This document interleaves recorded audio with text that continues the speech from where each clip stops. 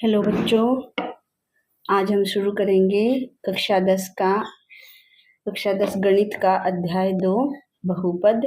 पहले हम इसका परिचय करते हैं। बहुत इम्पोर्टेंट है परिचय इसका। इसी में से छोटे क्वेश्चन बनते हैं। तो देखो बहुपद कैसा होता है। बहुपद इस फॉर्म में होता है। px से इसको लिखते हैं ज्यादातर। px बराबर मान लिया x प्लस 2।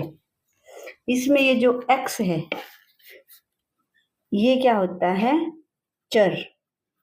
और जो 2 है ये क्या है, अचर। जरूरी नहीं है बहुपद x के फॉर्म में हो, y z u v किसी भी फॉर्म में हो सकते हैं।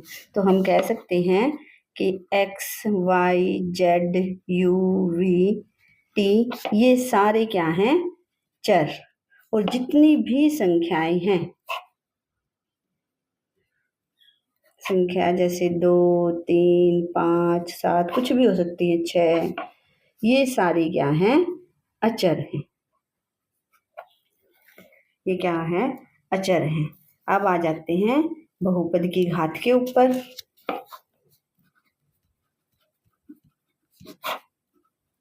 की घात। अब बहुपद की घात में चर की घात देखी जाती है। चर की जो अधिकतम घात होती है, क्या लिखोगे बहुपद की घात का मतलब, चर की अधिकतम घात।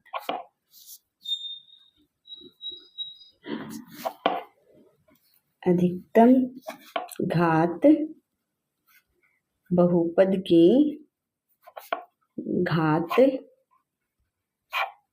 कहलाती है। अब जैसे कि मैंने एक बहुपद लिख दिया x प्लस 2। अब यहाँ देखो चर की घात कितनी है, 1 है। तो इस बहुपद की घात क्या हो जाएगी, 1 घात। कोई और उदाहरण ले लेते हैं, x square plus x plus 4। अब देखो चर इसमें 2 जगह हैं, x इधर भी है और x इधर भी है। लेकिन हमें क्या लेनी है, हमें लेनी है अधिकतम घात। अब 1 और 2 में अधिक क्या है, 2 है। तो इसकी घात कितनी हो जाएगी, 2 घात। एक और उदाहरण ले लेते हैं, x की 4 प्लस x की 2 प्लस 3x प्लस 5। अब क्वेश्चन आएगा इसकी घात बताओ। अब देखो 1 घात है, 2 घात है, 4 घात है, लेकिन सबसे ज्यादा घात कौन सी है, 4। तो ये बहुपद क्या हो जाएगा, 4 घात का बहुपद हो जाएगा। अब कुछ बहुपदों के प्रकार हैं, क्या लिखोगे, बहुपदों के प्रकार। बहुपद के प्रकार में पहले क्या आता है, शून्य बहुपद।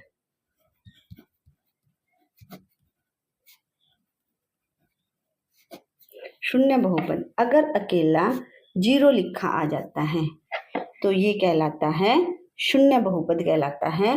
और शून्य बहुपद की घात जो है, शून्य बहुपद की घात अपरिभाषित होती है। हम इसकी घात को परिभाषित नहीं कर सकते, बता नहीं सकते कि इसकी घात कितनी है।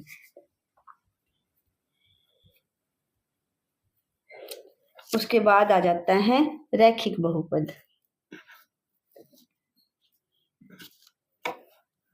रैखिक बहुपद जिस बहुपद की घात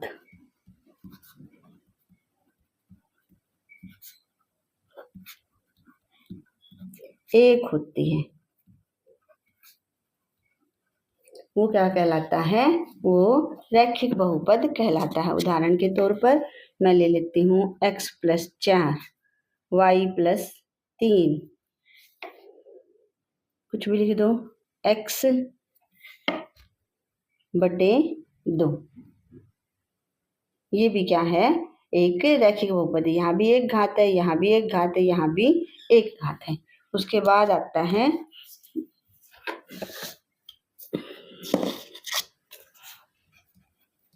द्विघात बहुपद। जिस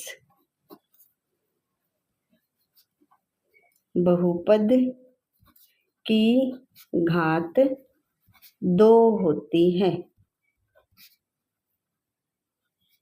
वो होता है द्विघात बहुपद। जैसे x square plus x plus 3, y square plus 6, z में बहुपद हो तो z square plus z plus 5। यहाँ देखो अधिकतम घात 2 है तो 2 घात मानी जाएगी, 2 घात है तो ये क्या बन जाएगा, एक द्विघात बहुपद। उसके बाद आता है त्रिघात बहुपद,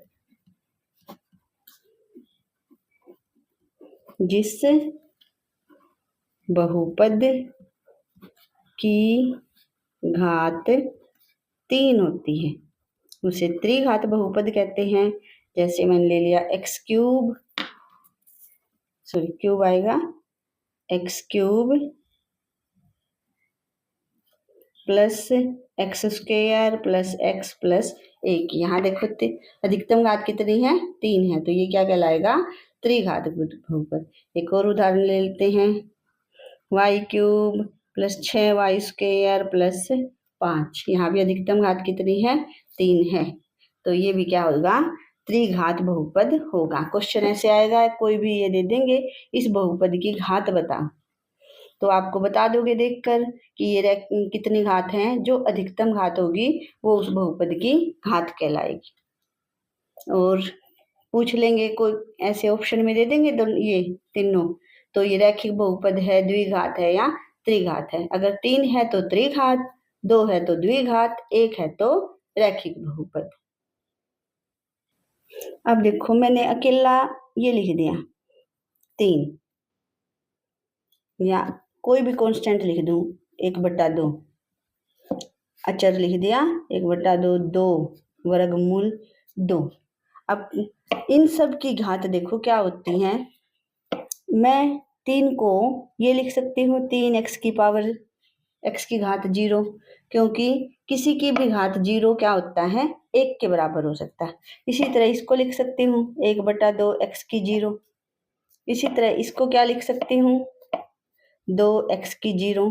अगर अकेला अचर पद है तो उस बहुपद की घात क्या होती है, 0 होती है, अचर। और क्योंकि अकेला अचर है तो इसको बोलते हैं अचर बहुपद।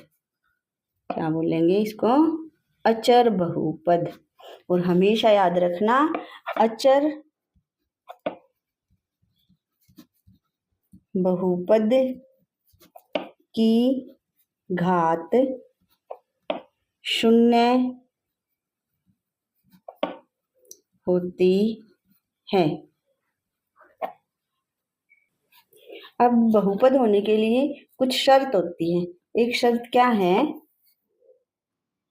कि जो भी अचर है, यहाँ लिख दो बहुपद की शर्त क्या है कि जो भी अचर है, अचर मतलब एक्स वाई जेड, उसकी घात एक पूर्ण संख्या होनी चाहिए। क्या लिखोगे, अचर पद की घात पूर्ण संख्या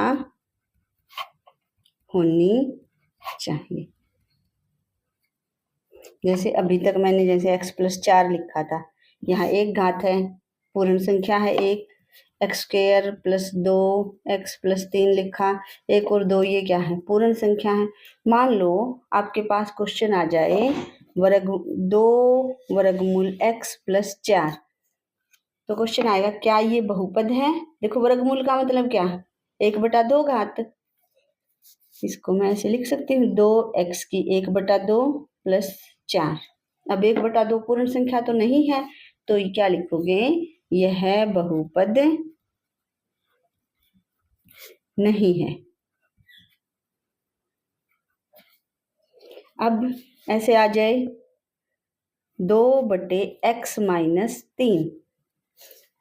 अब नीचे x है, याद रखना अगर नीचे अचर पद है तो वह भी बहुपद नहीं होगा। क्यों, अगर मैं इसको ऊपर ले जाऊं तो क्या हो जाएगी, x की -1 घात -3। यहाँ देखो -1 घात आ गई, -1 तो पूर्ण संख्या नहीं है, माइनस एक पूर्ण संख्या नहीं है, तो क्या लिखोगे, यह बहुपद नहीं है। याद रखना, जो अचर है उसकी घात क्या होनी चाहिए, पूर्ण संख्या। अब देखो इसमें और इसमें अंतर समझना आप। मैंने लिख दिया वर्गमूल 2x + 4। यहाँ तो ये बहुपद नहीं था, लेकिन यहाँ देखो अब वर्गमूल 2 के ऊपर है, x के ऊपर नहीं है। x की घात तो 1 है और 1 क्या है, पूर्ण संख्या है। हमें किसकी घात देखनी है, अचर की, इसके साथ कुछ भी गुणा में हो। यहाँ घात क्या है, पूर्ण संख्या होनी चाहिए। तो ये तो बहुपद नहीं था, लेकिन यह बहुपद है। अब आ जाता है रैखिक बहुपद, जो हमने लिखा था, रैखिक बहुपद का व्यापक रूप होता है ax + b के रूप में होता है, जहां a बराबर नहीं है 0 के। ये जनरल फॉर्म होती है, ये याद ध्यान रखना आप। द्विघात बहुपद का व्यापक रूप होता है ax² + bx + c, जहां a बराबर नहीं है 0 की। क्योंकि अगर a 0 हो गया देखो, तो ये पार्ट 0 हो जाएगा, फिर तो ये रैखिक बहुपद बन जाएगा। इसी तरह यहाँ अगर a 0 हो गया तो ये पार्ट 0 हो जाएगा, फिर ये क्या बन जाएगा, 0 घात का बहुपद बन जाएगा। और त्रिघात बहुपद का व्यापक रूप होता है ax³ + bx² + cx + d, जहाँ a बराबर नहीं है 0 की। अब आ जाता है बहुपद के शून्यक। बहुपद के शून्यक, बात याद रखना, बहुपद की जितनी घात होती है उतने ही बहुपद के क्या होते हैं, शून्यक होते हैं। क्या लिखेंगे, बहुपद की जितनी घात होती है उतने ही बहुपद की जितनी घात होती है उतने ही बहुपद के शून्यक होते हैं। जैसे मान लिया रैखिक बहुपद है, प्रश्न आ जाए रैखिक बहुपद के कितने शून्यक होंगे। रैखिक बहुपद मतलब एक घात, एक घात का है तो शून्यक कितना होगा, एक घात मतलब एक शून्यक। इसी तरह अगर द्विघात बहुपद है, 2 घात मतलब 2 शून्यक। त्रिघात बहुपद है, 3 घात 3 शून्यक।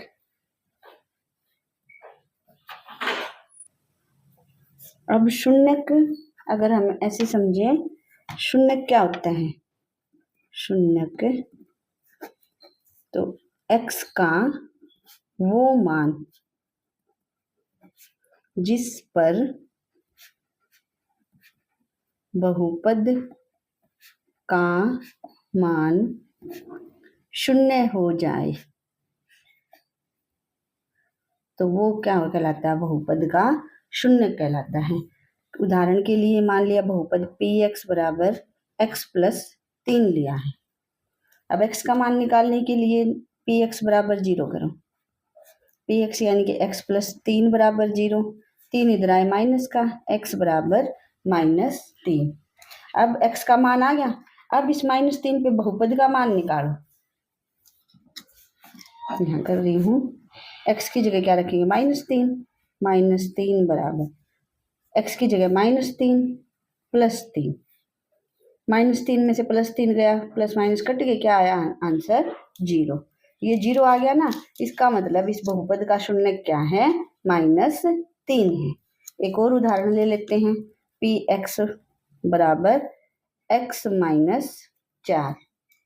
अब ये देखो, इसको 0 के बराबर रखेंगे, पी एक्स बराबर 0, x माइनस 4 बराबर 0, तो x का मान क्या आ जाएगा, 4 आ जाएगा। और इस 4 का, इस पी एक्स का मान 4 पे निकालो, पी 4, x की जगह 4 रखो, 4 माइनस 4 बराबर 0 आ गया ना, 0 आ गया तो 4 क्या हो जाएगा, इस बहुपद का शून्यक हो जाएगा। अब हमारी 2.1 प्रश्नावली में ग्राफ दे रखे हैं। अब ग्राफ को देखकर हमें बहुपद के शून्यक निकालने हैं। तो उसके लिए एक बात याद रखना,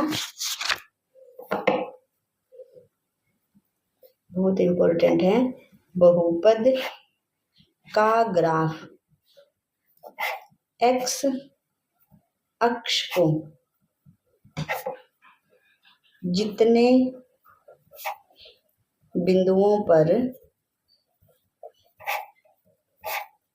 काटता है उतने ही बहुपद के शून्यक होते हैं। x अक्ष को देखना है, उदाहरण के लिए देखो, ये क्या होती है, x एक्सिस, ये वाली क्या होती है, y एक्सिस। अब मैंने एक ग्राफ खींच दिया इस तरह का। अब x एक्सिस को ये देखो कहाँ कहाँ काट रहा है, एक तो इधर काट रहा है और एक इधर काट रहा है, 2 बिंदुओं पे काट रहा है। तो इस ग्राफ के, इस बहुपद के कितने शून्यक हो जाएंगे, 2 शून्यक। याद रखना, ये पॉइंट नहीं देखना क्योंकि ये y एक्सिस है। मैंने क्या लिखा है, बहुपद का ग्राफ x अक्ष को जितने बिंदुओं पर काटता है उतने ही बहुपद के शून्यक होते हैं। यहाँ 2 बिंदुओं पर काटा तो 2 शून्यक हो गए, मान लिया ये x एक्सिस है, ये y है, ऐसे ग्राफ बन गया। अब देखो ये x है, केवल इस बिंदु पे काटा, एक जगह काटा है, तो क्या हो जाएगा, इसका 1 शून्यक होगा, इसका क्या हो जाएगा, 1 शून्यक हो जाएगा, क्योंकि x एक्सिस को एक बिंदु पर काटता है। एक और इम्पोर्टेंट बात याद रखना, बुक में दे रखी है, जो द्विघात बहुपद है, द्विघात बहुपद के ग्राफ का नाम क्या होता है, उसे परवलय कहते हैं। से हम बड़ी कक्षाओं में समझेंगे। और परवलय किस तरह का होता है, या तो ऐसे या ऐसे, ये सारी क्या हैं, परवलय हैं। तो अब हम शुरू करेंगे प्रश्नावली 2.1। अब देखो, मैंने अभी बताया था कि बहुपद का ग्राफ जो है x अक्ष को जितने बिंदुओं पर काटता है उतने क्या हो जाएंगे, बहुपद के शून्यक हो जाएंगे। तो फर्स्ट पार्ट क्या है इसका, देखो ये है बहुपद का ग्राफ और ये है x एक्सिस। क्या ये ग्राफ x अक्ष को काट रहा है, देखो लाइन तो है इधर, x अक्ष को किसी बिंदु पर नहीं काट रहा। इसका मतलब क्या है, इस बहुपद का कोई शून्यक नहीं है। अब आ जाते हैं सेकंड पार्ट। सेकंड पार्ट देखो, ये है बहुपद का ग्राफ, ये है x एक्सिस। देखो ये ग्राफ इस x एक्सिस को इस बिंदु पे काटता है, तो एक बिंदु पे काटता है तो इसके क्या हो जाएगा, शून्यक, 1 शून्यक हो जाएगा। अब आ जाते हैं थर्ड पार्ट पे। थर्ड पार्ट में देखो ये ग्राफ है, कितने बिंदुओं पर काट रहा है, 1 2 3, 3 बिंदुओं पर काट रहा है, तो इसके कितने शून्यक हो जाएंगे, 3 शून्यक हो जाएंगे। अब आता है अगला पार्ट, फोर्थ पार्ट। ये देखो, ये है बहुपद का ग्राफ, कितने बिंदुओं पर काट रहा है x को, 1 2, 2 बिंदुओं पर काट रहा है, तो क्या हो जाएंगे इसके 2 शून्य। अब 5th पार्ट है इसका, ये ग्राफ है, ये एक्स अक्ष है, कितने बिंदुओं पर काट रहा है 1 2 3 4, 4 बिंदुओं पर काट रहा है तो इसके कितने शून्य हो जाएंगे 4 शून्य। अब इसका लास्ट पार्ट आता है, ये ग्राफ है, देखो एक्स को कितने बिंदुओं पर काट रहा है 1 2 3, 3 बिंदुओं पर काट रहा है तो कितने शून्य हो जाएंगे 3 शून्य। और इसके साथ ही ये प्रश्नावली समाप्त होती है। इसका प्रश्नावली में तो 2 मिनट लगे हैं, लेकिन परिचय इसका बहुत ज़्यादा इम्पोर्टेंट है। जो 1-1 नंबर के क्वेश्चन है वो परिचय में से ही आएंगे, तो परिचय इसका बहुत ध्यान से करना है। तो इसके साथ वीडियो ख़त्म होती है। अगर वीडियो पसंद आए तो लाइक करना, चैनल को सब्सक्राइब करना। धन्यवाद।